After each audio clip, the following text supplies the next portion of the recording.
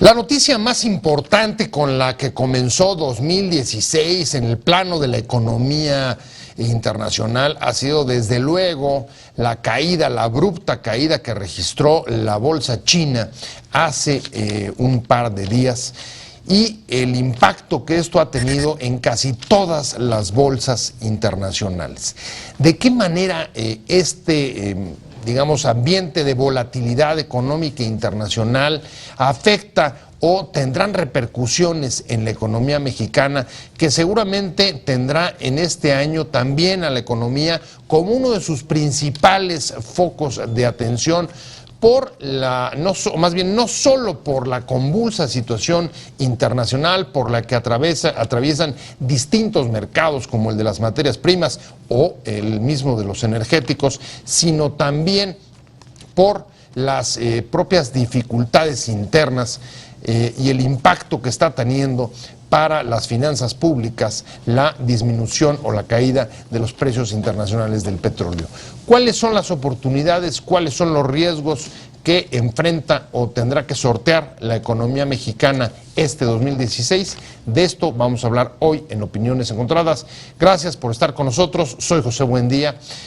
Bienvenido a este programa en el que todas las ideas se pueden cuestionar siempre que se debatan. Vamos a ver algunos datos de contexto y venimos aquí a tener una plática con una visión especializada de la economía mexicana y también del panorama internacional. Vamos a ver pues algunos datos y regresamos enseguida aquí al foro a seguir platicando con usted. La economía mexicana llega al año 2016 con la expectativa de una recuperación más clara de su principal socio comercial, Estados Unidos, pero con la desaceleración de China. Además, con la amenaza de bajos precios del petróleo y el impacto de la devaluación del peso para la estabilidad de las variables macroeconómicas. Aunque muchos analistas ven un signo positivo en la revisión al alza del crecimiento en el último trimestre de 2015, después de meses de recortes de los pronósticos, otros estiman que el precio del petróleo debajo de $30 puede provocar otro recorte al gasto público.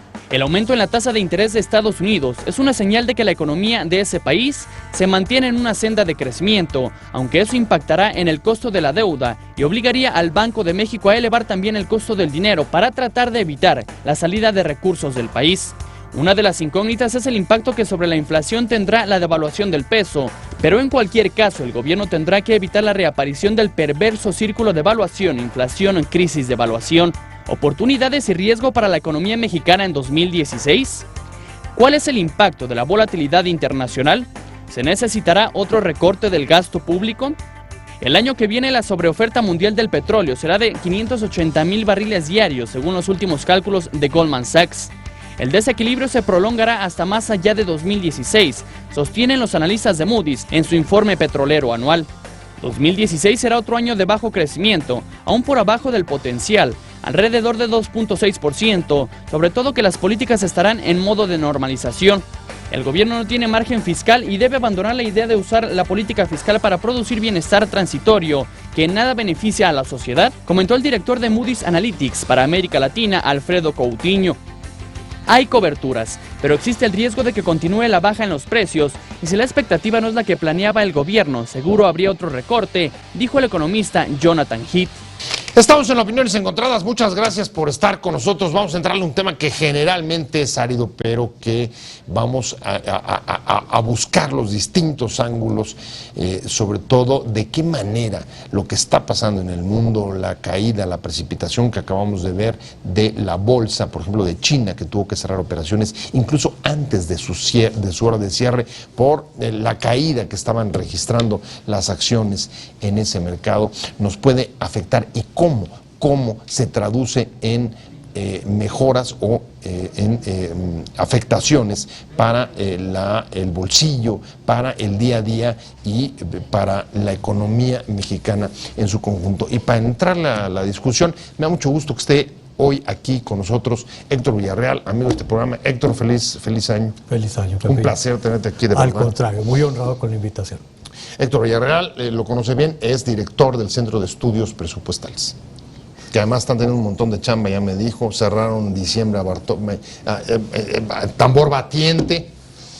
Y vamos a tener también un enlace, Héctor, con Rodrigo Pacheco. Él está en Las Vegas, está en una de las ferias más importantes de innovación tecnológica y vamos a tratar de conocer a través de él incluso la perspectiva de este coletazo con el que inicia este año de la caída del mercado chino y el temor a que la desaceleración de la potencia asiática sea mayor al previsto. Excelente. Puede tener para nosotros. Y me gustaría empezar contigo directamente con la pregunta que creo que todo el mundo se está haciendo en este momento, y es: el año pasado o los últimos 2 años, una de las principales, digamos, puntos de venta del gobierno de Peña fue decir: oigan, nosotros logramos, a diferencia de otros países, sortear mucho mejor la volatilidad y las complicaciones de la escena y de la economía internacional, la desaceleración, Europa, la misma Asia.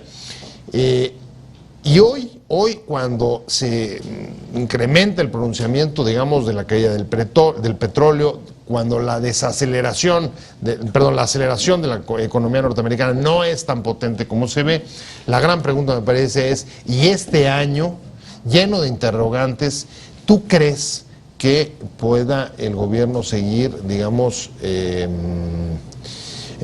vanagloriándose de ese resultado, por lo menos no haber caído más que otros y haber logrado manejar o administrar la volatilidad internacional?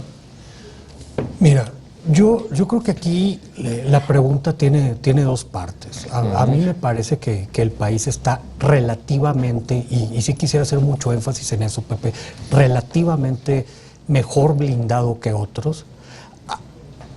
A fin de cuentas, digo, hay algunas señales en la economía interna que empiezan a ser positivas. Por ejemplo, por el lado de consumo, hay ciertos sectores de inversión que no están tan mal. Y en última instancia, yo quisiera para nuestro público recordar 2 cosas. Ajá. México está mucho más acoplado a la economía de Estados Unidos que a la China. Y nuestras exportaciones, y ahorita esto sí viene a jugar un rol clave, están sustancialmente más diversificadas.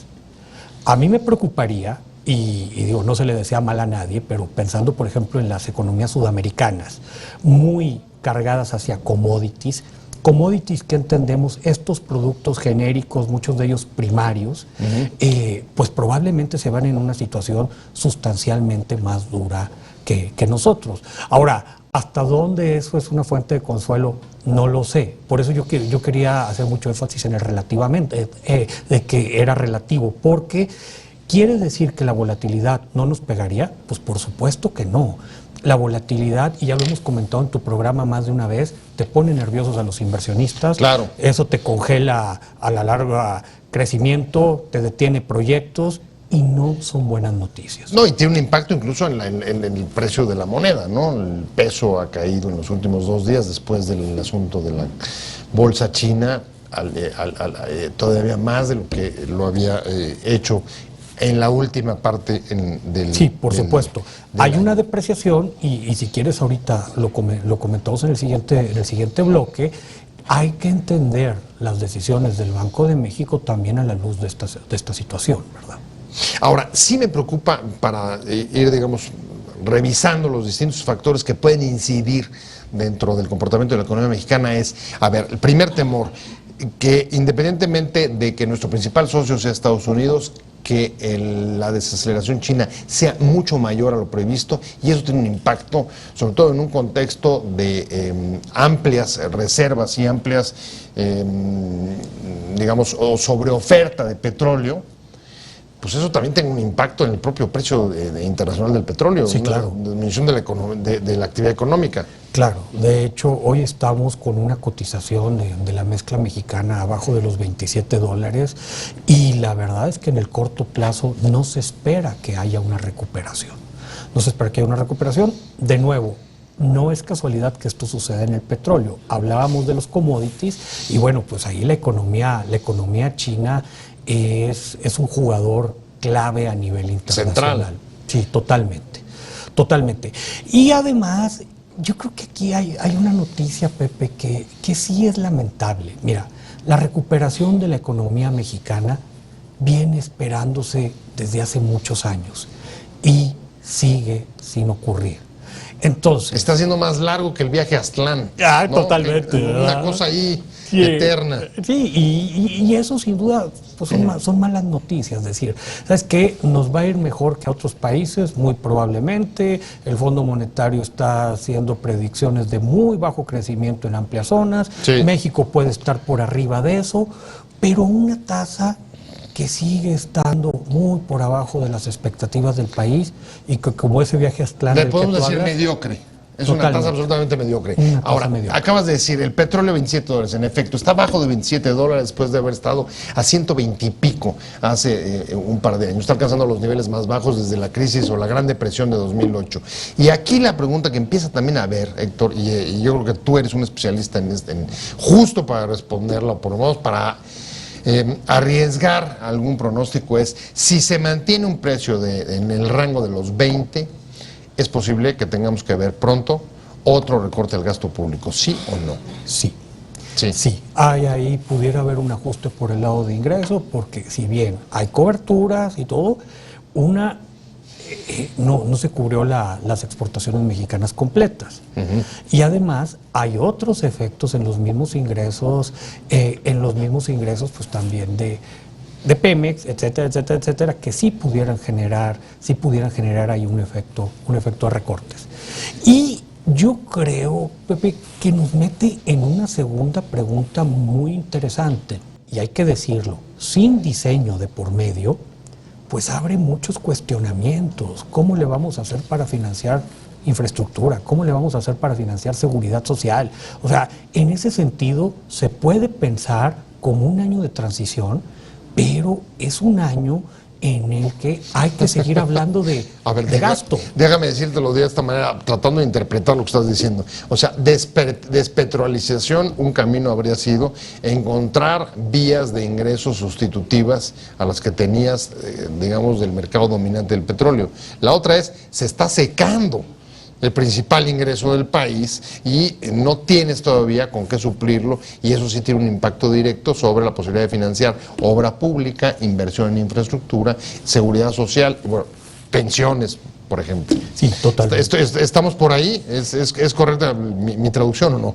Completamente. Y me gustaría hablar de eso, porque si pensamos en las perspectivas económicas para el 2016, nos guste o no nos guste, hay discusiones que vamos a tener que tener. Pero ahora en la pobreza. Digamos que sin unos recursos que era muy conveniente que estuvieran ahí.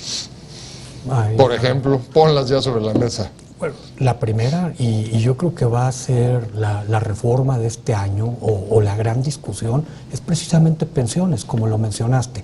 Hay otro problema importante por ahí en salud, pero en el tema de pensiones, la urgencia es que presupuesto con presupuesto hemos visto cómo esto va ahorcando las finanzas del gobierno.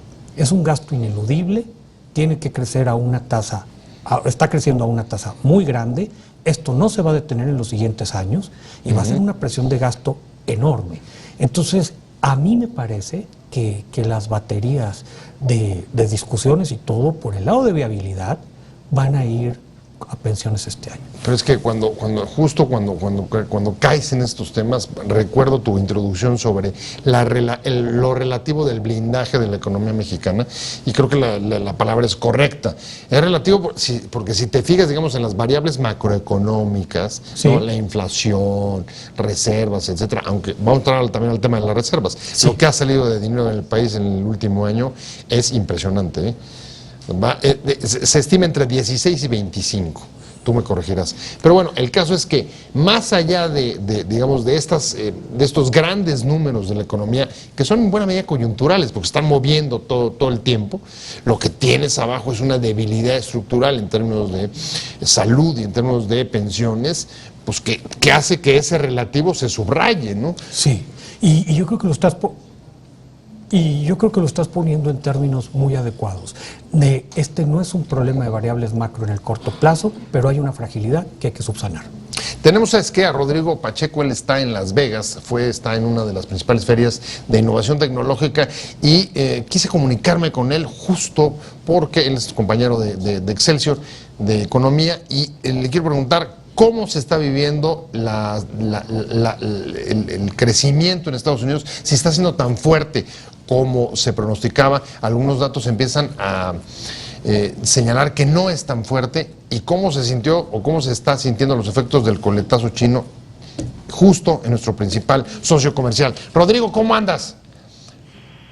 Muy bien, Pepe, me da mucho gusto saludarte, buen inicio de año, y pues sí, acá en los Estados Unidos la verdad es que lo que reflejan los medios de comunicación, la televisión, etcétera, pues era preocupación con respecto a lo que está ocurriendo en China, pero a nivel de los consumidores, la verdad es que no parece que haya o que los estadounidenses de a pie, por decirlo de alguna forma, están sufriendo o están tan preocupados necesariamente por China, pero digamos en cuanto al análisis, sí que ha preocupado lo que ocurrió en este inicio de año con respecto a esta que es la segunda mayor economía del planeta, la China por supuesto, sobre todo por lo que pudiera contaminar, y se han detonado también discusiones interesantes en cuanto a qué tanto suerte de decoupling a la inversa o desvinculamiento de la economía estadounidense, que en este caso digo decoupling al revés, porque recordarás, Pepe, que recién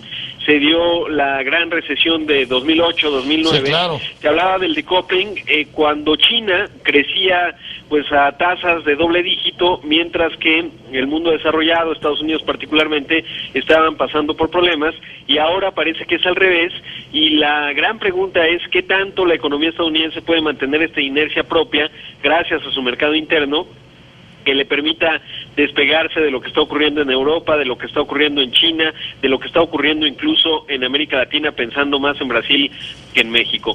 Y bueno, pues eso es un poco lo que se ha generado, y por supuesto se habla de que China pueda convertirse en este cisne negro, como lo definió Nassim Taleb, un matemático, que habla de estos hechos que a veces van perfilando y determinando el devenir de los acontecimientos y que no necesariamente eran tan previstos, a pesar de que mucho se ha hablado de que China está teniendo un desempeño económico muy por debajo, incluso podría ser inferior al 6.5% que se presume habrá crecido en 2015, sobre todo porque hay analistas que se están centrando en el consumo de electricidad y ven que pues hay el consumo de electricidad, digamos, como algo realmente veraz que te dice bien qué tanto está produciendo un país y por lo tanto qué tanto está creciendo, porque hay, digamos, una tendencia a inflar las cifras estadísticas en las distintas regiones de la nación asiática, y eso pudiera hacer pensar que realmente el crecimiento chino es todavía más inferior del que hoy conocemos. Pues Rodrigo, una coincidencia que tienes con Héctor Villarreal aquí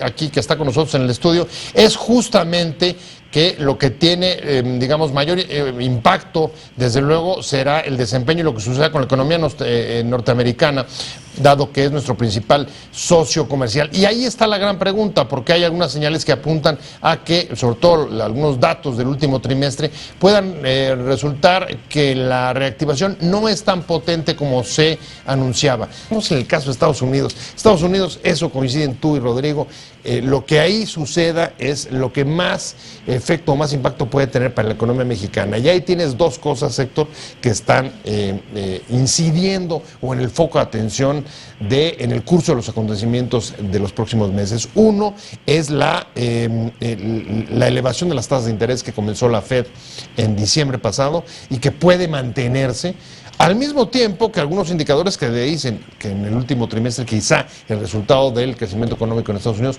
no sea tan potente ni tan fuerte como se venía augurando. Lo que decía Rodrigo, ¿qué tanto Estados Unidos va a poder desligarse del desempeño de las otras zonas económicas o de los otros polos económicos del planeta?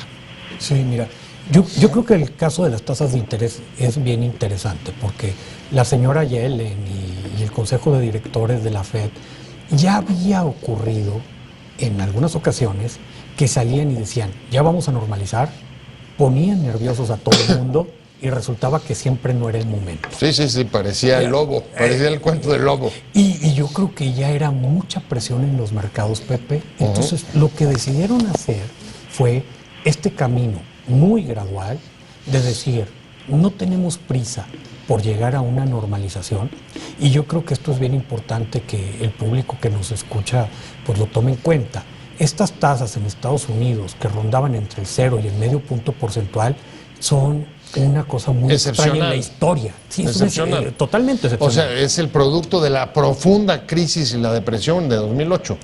Reflejan el rescate inaudito que tuvo que producirse para que no se fueran al...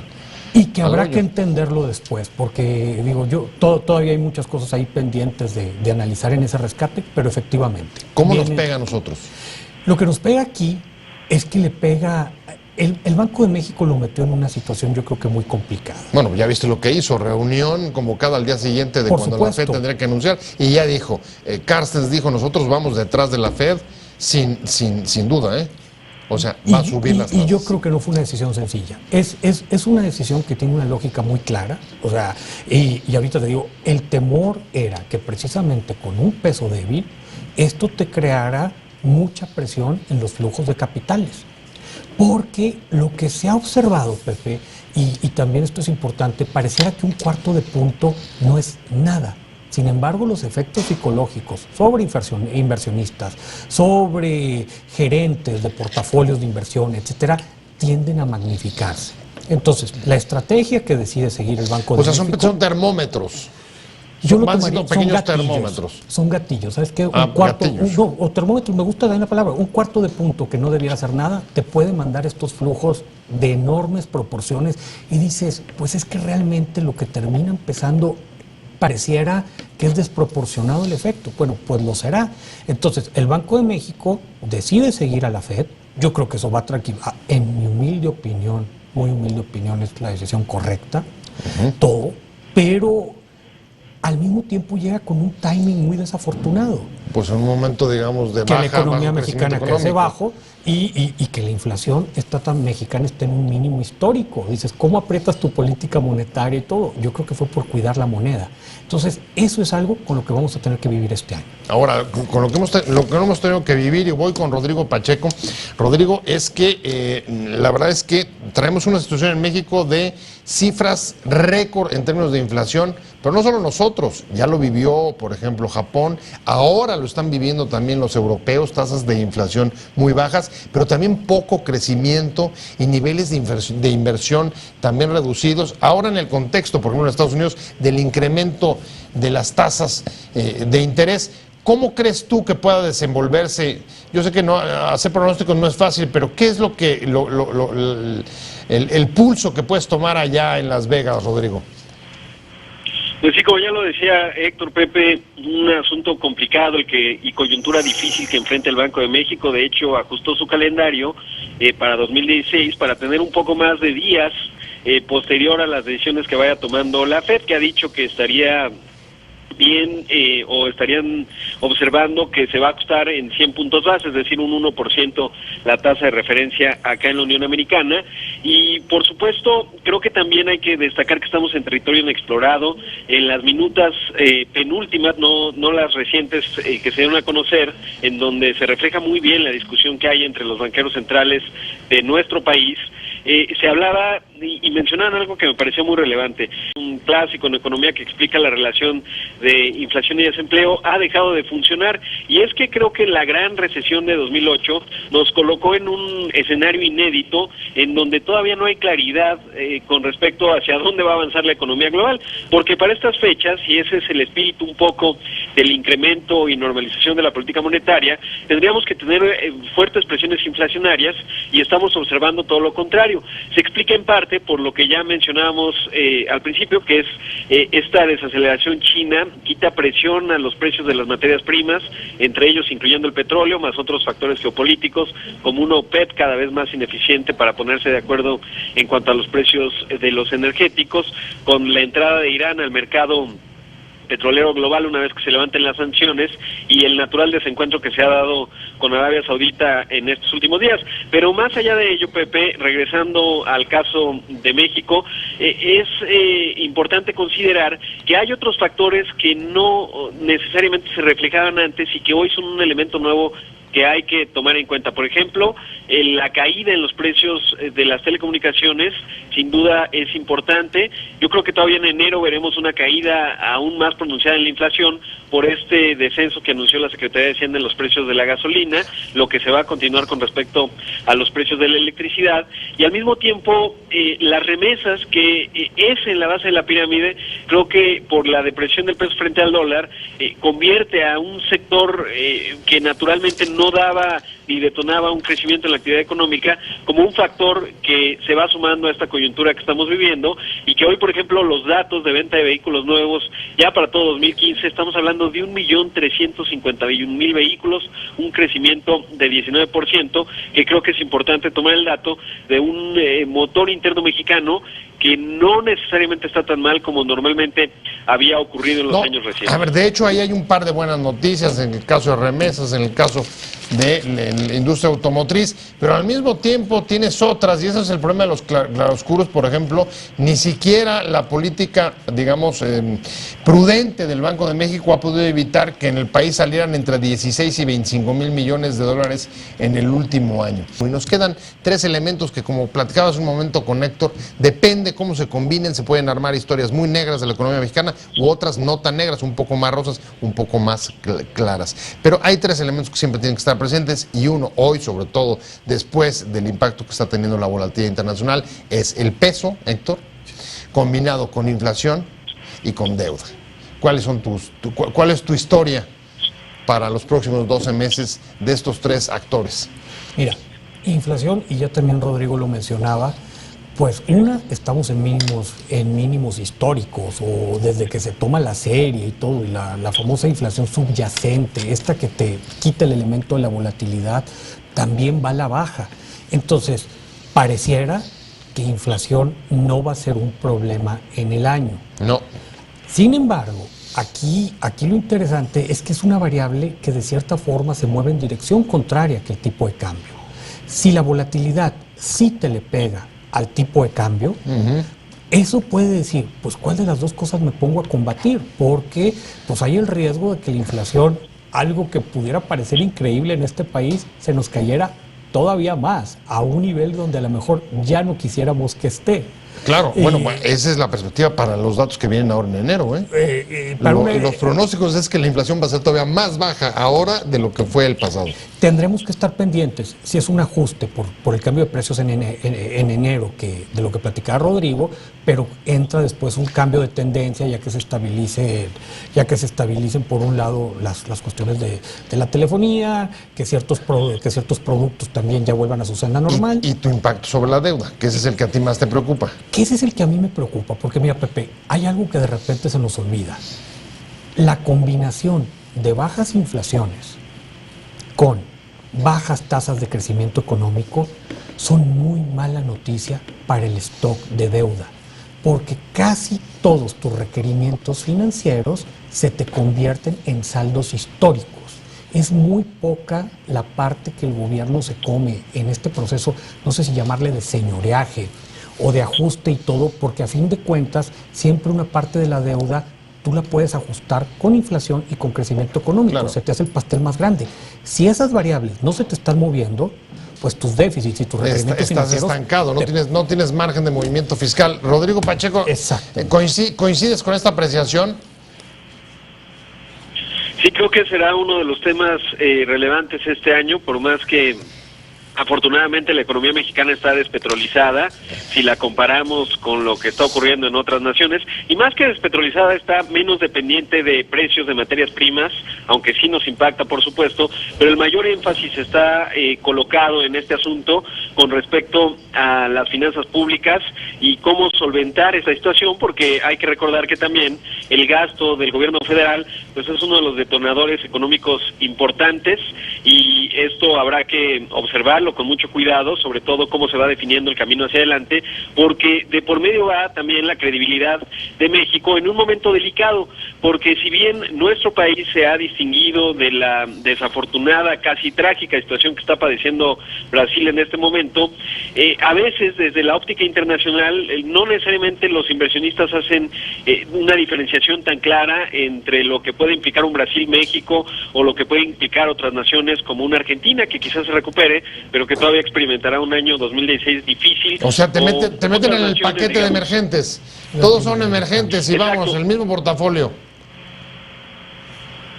Exactamente, y tenemos que ser pues realmente muy puntuales en mantener bien las variables, por ejemplo, justamente en cuanto al nivel de deuda, para evitar que nos vayan a poner en el mismo saco que a los demás, e incluso que eventualmente podamos aprovechar esta situación, pero sin duda creo que es uno de los asuntos a observar. Pues a ver, voy hacia el fin del programa y les preguntaría a ambos para ver sus coincidencias o discrepancias si el principal, por un lado, factor de riesgo o amenaza para México en el exterior es justo el desempeño de Estados Unidos, y si en el interior la mayor amenaza es la que decía Héctor, esta combinación de baja inflación, niveles históricamente bajos, al mismo tiempo que poco crecimiento económico y, digamos, un achicamiento del margen de acción fiscal del gobierno. Pero yo lo vería en dos partes. Por un lado, que el crecimiento en Estados Unidos fuera menos vigoroso del esperado, va a tener o tendría un efecto real en México. Claro, para las exportaciones mexicanas, no las tumba. Sí, por supuesto, te empieza a pegar por ahí. Segundo, la volatilidad, Pepe. Si bien podemos tener un blindaje, y vuelvo a cerrar con la palabra que empezamos el programa, relativo. Con el relativo blindaje, así es. Con el relativo blindaje con respecto a otros países, pues esta volatilidad te puede llevar a tomar decisiones de política económica que también te pegan en crecimiento. Entonces hay que estar pendientes ahí. O sea, en términos de tasas y en términos de un nuevo recorte del gasto público. Que pudiera ocurrir. Y esto también nos lleva, por el lado interno, a decir, mientras no arreglemos ciertas cosas en las finanzas públicas mexicanas, cada año el presupuesto va a ser más complicado. Ya estructurales. Más chico. Me estoy yendo. Rodrigo, ¿coincides? ¿Estos son tus principales preocupaciones? Coincido, Pepe, y agregaría uno más, que es el sistema de pensiones. Nos va a generar dolores de cabeza en este 2016 lo que se refiere a Pemex, y ese es un asunto en el corto, pero también en el mediano plazo, que hay que resolver y que no parecería que se está resolviendo con la suficiente celeridad que tiene que darse, porque ese puede ser un punto de fragilidad también para la economía mexicana. Pues mil gracias, Rodrigo. Te mando un fuerte abrazo allá hasta Las Vegas. Ya nos veremos pronto. Muchas gracias, Héctor Villarreal, presidente del Centro de Estudios Presupuestales, pero sobre todo gracias a usted. Buen año, Héctor. Que así sea. Ahí tiene los claroscuros de la economía mexicana, los pros contra las amenazas, las oportunidades. Vamos viendo, hay que darle seguimiento, no nos queda más remedio que ir viendo cómo se va desempeñando y cómo vamos sorteando un año que, eso sí, se avisora con alto nivel de volatilidad internacional y con un montón de dificultades y obstáculos internos que tendremos que ir poco a poco superando. ¿Estás de acuerdo, Héctor? ¿O discrepamos al final? No, y esperemos que sea un buen año. Buen año. Gracias. Hasta mañana. Te invitamos a seguir cuestionando la información con los siguientes videos.